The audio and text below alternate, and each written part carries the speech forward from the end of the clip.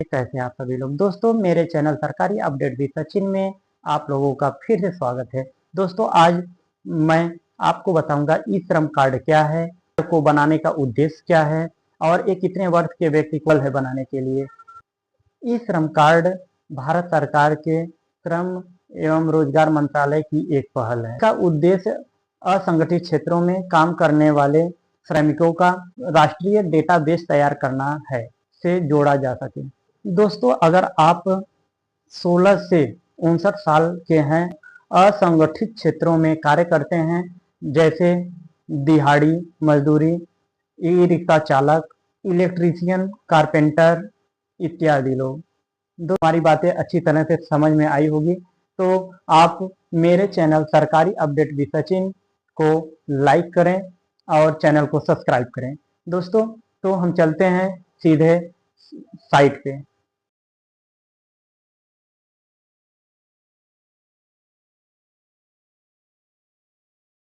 सबसे पहले ई श्रम कार्ड का ऑफिशियल वेबसाइट पे क्लिक करेंगे।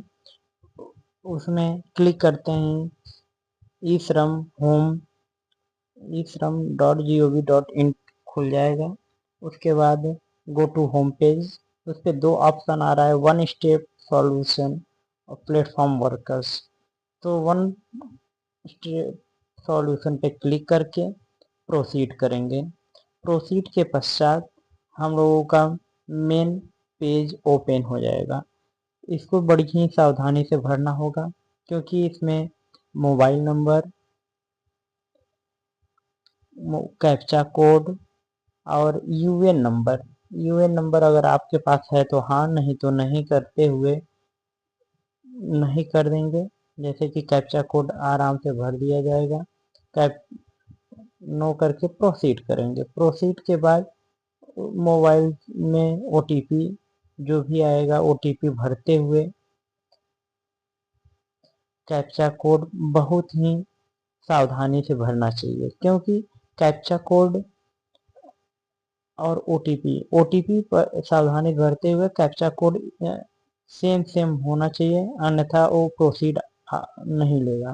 प्रोसीड सबमिट करके प्रोसीड करते हैं तो आधार डेटाबेस खुल जाता है।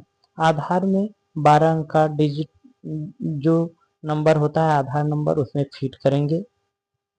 After captcha code fit,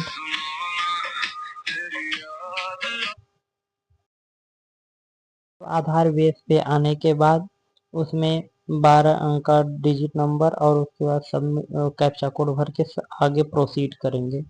proceed proceed करने के बाद वो आधार से जुड़े हुए मोबाइल नंबर पे ओटीपी आ जाएगा। ओटीपी भरते हुए फिर कैप्चा कोड भरना पड़ेगा जो कि बहुत ही मैंडेटरी है। आफ्टर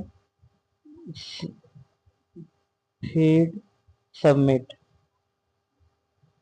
करने के बाद हमारे सामने स्टेप बाय स्टेप ऑप्शन खुल जाएगा।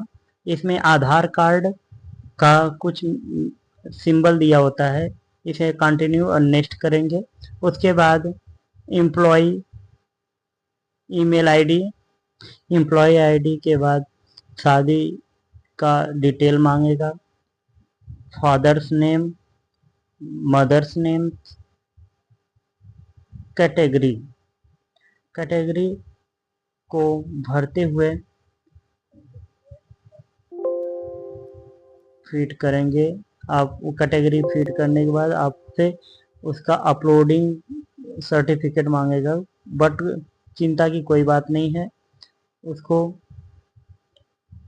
नॉमिनी, सबसे इम्पोर्टेंट है नॉमिनी डिटेल। नॉमिनी डिटेल में आप जिनको नॉमिनी बनाना चाहते हैं उनका नाम भरेंगे, नाम भरेंगे। उसके बाद जन्म तिथि भरेंगे। जन्म तिथि भरने के बाद जेंडर भरेंगे।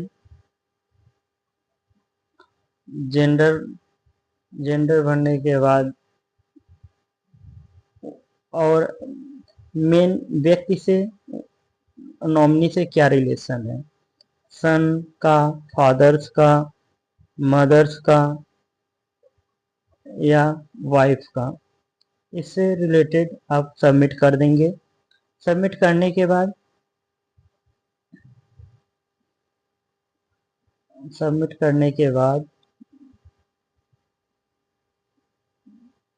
नेक्स्ट करने के बाद आपको अगले स्टेप पे रिलेशन डिटेल, करेंट एड्रेस आपको स्टेट सेलेक्ट करके उसके बाद डिस्ट्रिक्ट फीड करते हुए अपना परमानेंट एड्रेस को फीड करेंगे। इसके बाद एजुकेशन क्वालिफिकेशन का डिटेल मांगेगा, वो फीड करते हुए आगे सेव एंड नेक्स्ट करेंगे। नेक्स्ट करने के पश्चात आपको मेन सेव एंड नेक्स्ट करने के बाद ऑक्यूपेशन, आपका पेशा क्या है, क्या आपका किस काम से पेशेवर है वो फीड करेंगे। कारपेंटर है तो कारपेंटर, जो भी ऑप्शन आपको इसमें बहुत से ही ऑप्शन मिलेंगे, आप जो काम करते हैं उसको फीड कर देंगे। उसके बाद उसका डिटेल अपलोड करेंगे। डिटेल को अपलोड करते समय लास्ट में सेव एंड नेक्स्ट करेंगे। सेव एंड नेक्स्ट करने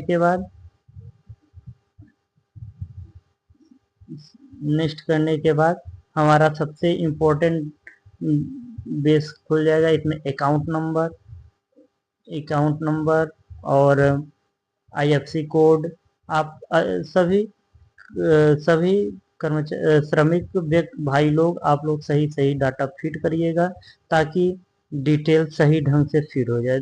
फीड करने के बाद आपका डाटा सेव हो जाता है। समझ गए होंगे दोस्तों।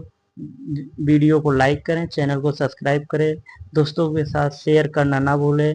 जय हिंद, जय भारत।